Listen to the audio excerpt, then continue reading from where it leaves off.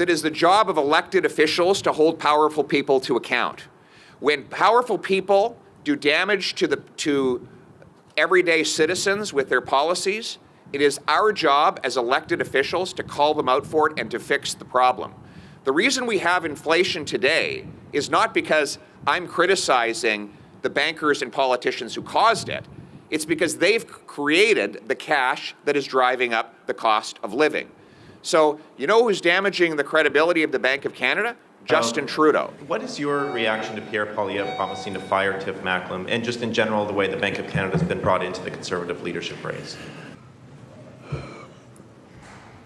By using the central bank to finance his out-of-control inflationary deficits. The independence of the Bank of Canada from the government of the day is a really important principle that ensures the stability and the good reputation of Canada in international economic circuits. That's why we have 30-year highs in inflation today. That's why single mothers can't feed their kids. That's why 32-year-olds are living in their parents' basements. And if you think I'm going to be silent about that to protect the ego of bankers and politicians, then you're in for a surprise. Pierre Poilievre says the bank is financially illiterate. It's been so bad. Well, that's bullshit. To be blunt. That's blunt. We are now seeing political interference or attempts at political interference in our central bank, which is supposed to be free from that interference. It's supposed to be independent. I want to ask you about something else that Chrystia Freeland said during her speech. She warned that meddling with the Bank of Canada was, quote, economically illiterate, along with being irresponsible. Did you see that as a swipe at the candidate that you're supporting in the Conservative leadership race, Pierre Poilievre? Well, I got to say, I'd hoped that Chrystia Freeland had a bit of a thicker skin than it comes to others. But look, Tiff Macklem has said he's going to let the politicians debate things like that.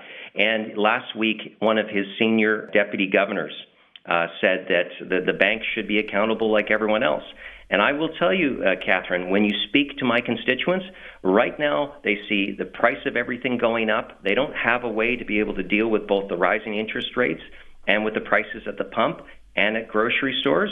So you know what? I think criticism is due. The bank has one job, so the criticism, price stability. Criticism is one thing, though. Do you personally believe that the governor of the Bank of Canada should be fired? It's one thing to criticize. It's another to say somebody should be cost their job. So right now, the Conservatives, we have some members that believe that the governor should be fired. We have other members that don't.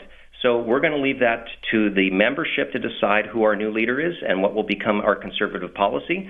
But I will tell you right now that instead of deflecting and pointing the finger and calling people names, we're asking Chrystia Freeland to start meeting with her deputy minister, start working till midnight on how she can fight inflation, not fuel it. Mr. Albus, you haven't answered the question, though. You are the Conservative finance critic. You are backing Pierre Poilievre. Is it responsible to call for the Bank of the Governor of Canada to be fired? Do you support that, yes or no?